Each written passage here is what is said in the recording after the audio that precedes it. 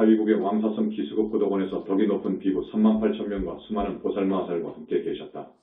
그때 부처님께서 대중을 거느리시고 남쪽으로 가시다가 마침 마른 뼈 한 무더기를 보시게 되었다.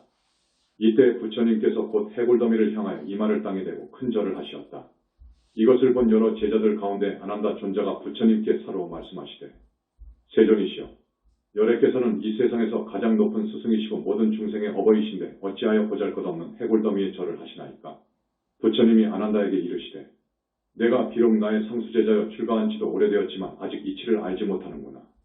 이 한 무더기 뼈들은 전생에 나의 조상이었을 것이고 또 나의 부모도 되었을 것이므로 내가 지금 예배한 것이니라. 아난다여, 내가 이 한 무더기 뼈들을 두 몫으로 나누어 보아라. 만약 남자의 뼈라면 희고 무거울 것이요 만일 여자의 뼈라면 검고 가벼울 것이니라.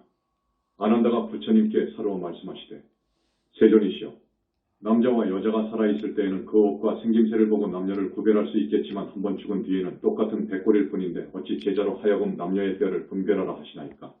아난다여, 만일 남자라면 세상에 살아있을 때 절에 가서 불경 읽는 소리를 듣기도 하고 불법승 삼복에 예배도 하고 연불도 하였을 것이므로 그 뼈가 희고 무거울 것이고, 만일 여자라면 아기를 한번 낳을 적에 서대에 피를 흘리고 8섬 너말에 젖을 먹여야 하므로 뼈가 검고 가벼울 것이니라.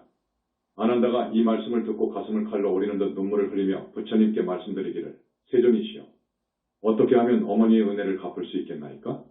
부처님이 아난다에게 이르시되, 자세히 듣고 자세히 명심하여라. 내가 지금 너희들을 위하여 어머니가 아기를 가져 출산하기까지 10달 동안 겪어야 하는 심한 고통을 말해주리라. 어머니가 아기를 수태한 첫째 달에는 마치 풀끝에 맺힌 이슬 방울이 아침에 있다가도 낮이 되면 없어지듯이 새벽에는 피가 모였다가 오후에는 흩어져 버리나니라. 둘째 달에는 잘 끓인 우유죽이 한 방울 떨어진 것 같나니라. 셋째 달에는 흡사 엉긴 피와 같고, 넷째 달에는 점점 사람의 모양을 이루며, 다섯째 달에는 어머니 뱃속에서 5부분이 오포가 생기나니 오포란 머리가 1포요, 두 팔꿈치가 3포가 되고 두 무릎까지 오포가 되나니라. 어머니가 수태한 지 6째 달에는 어머니 뱃속에서 6정기가 열리나니 눈, 귀, 코, 혀, 몸, 뜻등을 6정기라 한다. 그리고 7째 달에는 어머니 뱃속에서 360마디와 84,000 털구멍이 생기나니라. 8째 달에는 뜻과 지혜가 생기고 9구멍이 생기나니라. 9째 달에는 아기가 어머니 뱃속에서 먹기를 시작하는데 복숭아와 배, 마늘이나 오곡은 먹지 않나니라. 어머니의 생장은 아래로 향하고 숙장은 위로 향하여 한더미의 산과 같이 되었나니 이것을 혈산이라고 하는데, 이것이 한번 무너지면 한 줄기의 피가 되어서 아기의 입으로 들어가나니라. 어머니가 아기를 수태한 지 10째 달에는 마침내 아기를 낳게 되는데, 그 아기가 만일 부모에게 효도하고 착한 사람이라면 두 손을 모으고 나오면서 어머니를 괴롭히지 않지만, 만일 착하지 못한 자식이라면 어머니의 태를 깨뜨리거나 다리로 어머니의 골반 뼈를 뻗기도 하여 어머니로 하여금 1000개의 칼로 찌르는 듯 10,000개의 창으로 가슴을 쑤시는 듯하게 하나니라.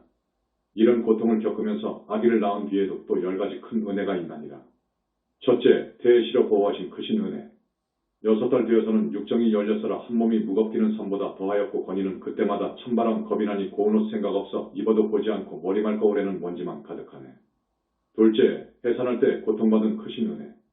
뱃속에 아기 베어 10달이 다가오니 순산이 언제일까 손꼽아 기다리는 나날이 기운 없어 큰 병든 사람 같고 어제도 오늘에도 정신이 흐리도다 두렵고 겁난 마음 무엇에 비교할까 근심의 눈물만이 가슴에 가득하네. 슬픔의 눈빛으로 친척게 말하기를 죽음이 닥쳐올까 두려울 뿐입니다. 셋째, 아기 낳고 근심 잊은 크신 은혜. 어지신 어머님이 나의 몸 낳으실 때 오장과 육부까지 지키고 데이는 듯 정신이 혼미하고 몸까지 공고하니 그만이 흘리신 피 소화양 잡았는 듯 아기가 건강하다 좋은 말 들으시면 반갑고 기쁜 마음 견줄 때 없지만은 기쁨이 지난 뒤엔 슬픈 마음 다시 나며 아프고 괴로움이 온몸에 사무치네. 넷째, 쓴것 먹고 단 것 뱉어 먹여주신 크신 은혜. 어버이 깊은 은혜 바다의 비기울이 귀여워 사랑하신 영원히 변치 않네. 단 것은 모두 모아 나에게 먹이시고 쓴 것만 잡수면서 그 얼굴 밝으심에 사랑이 깊으시니 나리에 밤낮없고 은혜가 높으심에 슬픔이 몇 곱일세 어머니 일편단심 아기배 불리고자 며칠을 굶으신들 그 어찌 마다하리. 다섯째, 막은 자리 아기 미고 젖은 데에 친히 누우신 크신 은혜.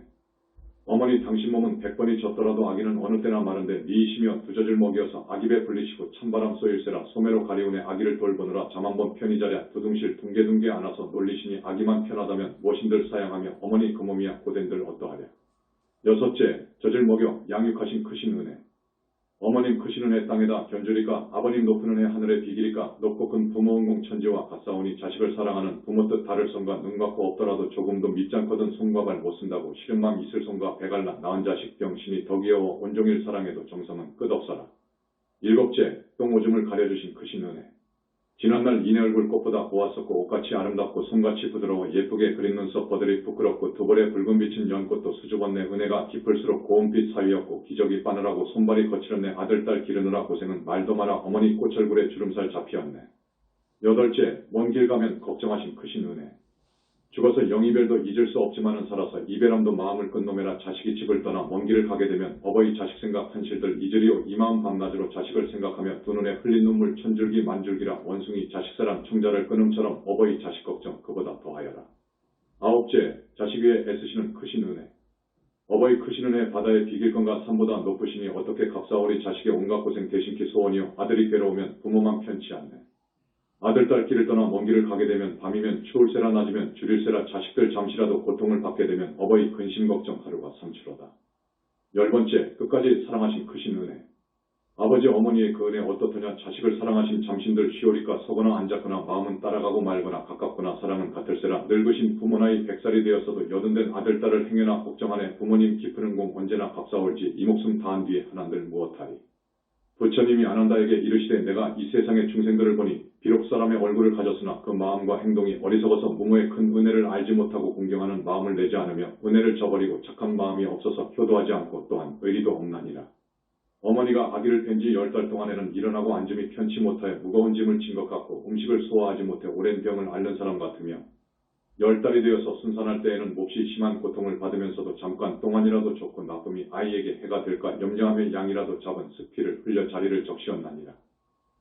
이러한 고통을 받으면서도 이 몸을 낳았고 쓴 것을 삼키고 단 것은 뱉어 먹이며 업어서 기르고 더러운 똥 오줌을 받아내면서 부정한 것을 빨래하되 귀찮다 않으시며 덥고 추운 것을 참으면서 그 많은 고생을 싫어하지 아니하며 마른 데는 아기를 눕히고 젖은 데에는 어머니가 자며 3년 동안 젖을 먹여서 아기가 자라나면 학문과 예절을 가르치고 또 시집 장가들이고 벼슬도 시키고 직업도 구하여 주며 힘들게 가르치고 애써 기르는 일이 끝나더라도 사랑은 끝났다고 말하지 않나니라.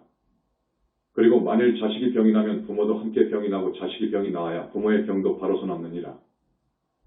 이렇게 애써 기르면서 어른 되기를 기대했지만 그 자식이 다 큰 뒤에는 부모의 그러한 은공도 모르고 도리어 불효하고 불공하며 부모에게 불손하게 대항하고 눈을 흘기고 눈동자를 굴리면서 업신여기며 형제끼리는 욕하고 싸움하며 일가 친척을 헐뜯고 예의를 지키지 않으며 부모의 이르는 말에 순종하지 아니하고 형제간에 말할 때에도 일부러 트집 잡으며 가나오나 어른에게 알리지 아니하고 말과 행동이 버릇없고 괴상하며 제멋대로 행동하나니라. 한편 부모는 자식의 잘못을 훈계하고 타일러서 잘못을 바로잡아 주어야 할 것이거늘 철없다 용서하고 덮어주기만 하였으므로 점점 자라면서 거칠어져 순종하지 아니하고 잘못을 용서받지 않으며 도리어 성을 내나니라. 또한 좋은 친구를 멀리하고 나쁜 사람을 사귀며 그러다가 그 버릇은 천성이 되어서 드디어 큰 잘못을 저지르기 쉬우며 홍남의 꾀임에 빠져서 사방으로 떠돌아다니다가 부모를 멀리 여의고 고향을 등지며 이렇게 헛되이 세월을 보내다가 어찌되어 결혼을 하게 되면 오래도록 집에 돌아오지 않느니라.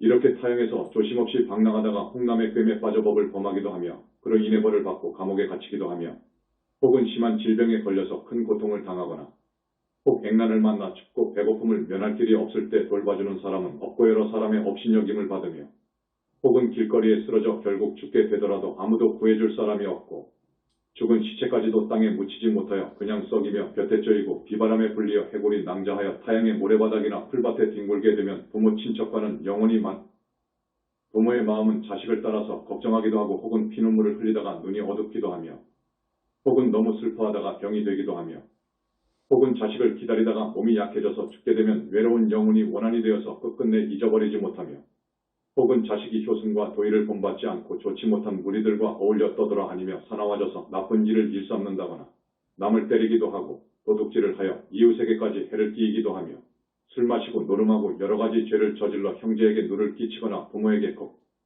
아침에 집을 나갔다가 밤낮에야 돌아오기도 하면서 부모로 하여금 근심하게 하니니라. 부모의 헐벗고 배고픔은 아랑곳하지 않고 아침 저녁이나 초하루 걸음으로 공양할 것을 꿈에도 생각하지 않으며 부모가 나이 많아 얼굴이 쭈그러지고 기운이 없어 보이면 남이 볼까 부끄럽다고 멸시와 구박이 심하기도 하며 혹 아버지와 어머니가 홀로 되어 외딴 방에 홀로 있으면 마치 남의 늙은이가 나그네로 와서 의지에 있는 것 같이 생각하며 방을 치우거나 마루를 닦는 일이 없고 한 번도 살피거나 문 안 들이는 일이 없으며 방이 차고 더움이나 옷 입고 밥 먹는 것들을 아는 체하지 않으며 그리하여 부모를 하여금 밤낮으로 슬프게 하나니라. 혹 맛있는 음식을 보면 싸가지고 돌아와서 부모에게 드려야 할 터인데도 남들이 비웃는다 하여 부끄럽게 여기면서도 좋은 음식을 가져다가 처자식을 먹일 때는 체면도 없이 비루한 짓을 저지르며 제 아내와 척과 약속한 것은 꼭꼭 지키면서도 어버이의 말씀과 부탁은 조금도 어렵게 생각하지 않나니라. 만일 딸이 되어 출가하게 되면 집에서는 그렇게 효순하던 것도 제 남편을 맞은 뒤에는 차츰 공경하지 않아 부모는 조금만 꾸짖어도 이내 원망을 하면서도 남편에게는 설사 매를 맞아도 달게 여기며 성이 다른 남자에게는 인정이 깊고 사랑이 넘치면서도 자기의 혈육이나 친척에게는 오히려 생소하며 또 제 남편을 따라 타향에 옮겨가게 되면 부모를 이별하고서도 생각이 없어 소식을 끊고 편지 한 장도 보내지 않으며 부모로 하여금 간장이 끊어지듯이 생각하게 하나니 부모는 딸의 얼굴을 한번 보고 싶어하는 것이 마치 목마를 때 물을 생각하듯이 잠깐도 쉬지 않나니라. 그리하여 어버이의 은옥을 생각하면 한량이 없건만 자식의 불효하는 죄는 말로 다하지 못하나니라. 그때 여러 제자들이 부처님에게 부모에 대한 은혜의 말씀을 듣고 모두 땅에 엎드려 그동안의 불효를 뉘우치며 눈물을 흘렸다. 그리고 그들은 다시 말하였다. 부처님이시여, 저희들은 가슴이 쓰리고 마음이 아파옵니다. 저희들은 이제야 많은 죄를 지은 줄 알았나이다. 그전에는 어리석어 깨닫지 못했더니 오늘에야 비로소 잘못을 알고 보니 마음 아파 어찌할 줄을 모르겠습니다. 바라옵건대 세존께서는 저희들을 불쌍히 생각하시고 구원해 주십시오. 어찌하면 부모님의 깊은 은혜를 갚겠나이까? 부처님께서는 엄숙히 말씀하셨다. 내가 지금 너희들을 위해 말하리니 자세히 들으라.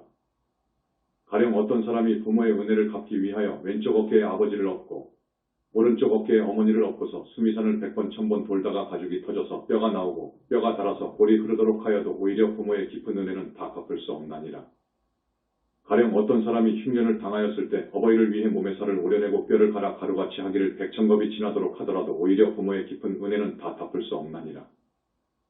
가령 어떤 사람이 어버이를 위하여 그 몸에 불을 켜서 열애에게 공양하기를 100,000겁이 지나도록 하여도 오히려 부모의 깊은 은혜는 다 갚을 수 없나니라. 이때 여러 제자들은 부처님으로부터 부모님의 그 깊은 은덕 이야기를 듣고 눈물을 흘리며 슬퍼하면서 다시 부처님께 여쭈었다. 부처님이시여, 지금 저희들은 큰 죄인입니다. 어떻게 하면 부모님의 깊은 은혜를 갚겠습니까? 부처님은 말씀하셨다. 부모의 깊은 은혜를 갚으려면 부모를 위하여 불경을 써서 보시하고 부모를 위하여 불교를 읽고 외우며 부모를 위하여 죄를 참여하며 부모를 위하여 산보에게 공양하며 부모를 위하여 계법을 가지며 부모를 위하여 보시하며 복을 지을 것이니 만일 이렇게 하면 효도하는 아들, 딸이라 할 것이니라. 이때 부처님 제자인 덕이 높은 스님들과 수많은 대중들이 부처님께서 하신 어버이 은혜에 대한 말씀을 듣고 모두 기뻐하였으며 다같이 부모에게 효도할 것을 다짐하면서 아난다존자가 부처님께 서로 말씀하시기를 세존이시여, 이 경은 마땅히 무엇이라 이름하며 이를 어떻게 받들어 봉행하오리까? 부처님이 아난다에게 이르시되 이 경은 크게 부모의 은혜를 갚는 불설 대부모은 중경이라 한다. 그때 하늘천신과 사람과 아수라들이 부처님의 설하신 바를 듣사옵고 모두 크게 기뻐하면서 예배하고 물러갑니다.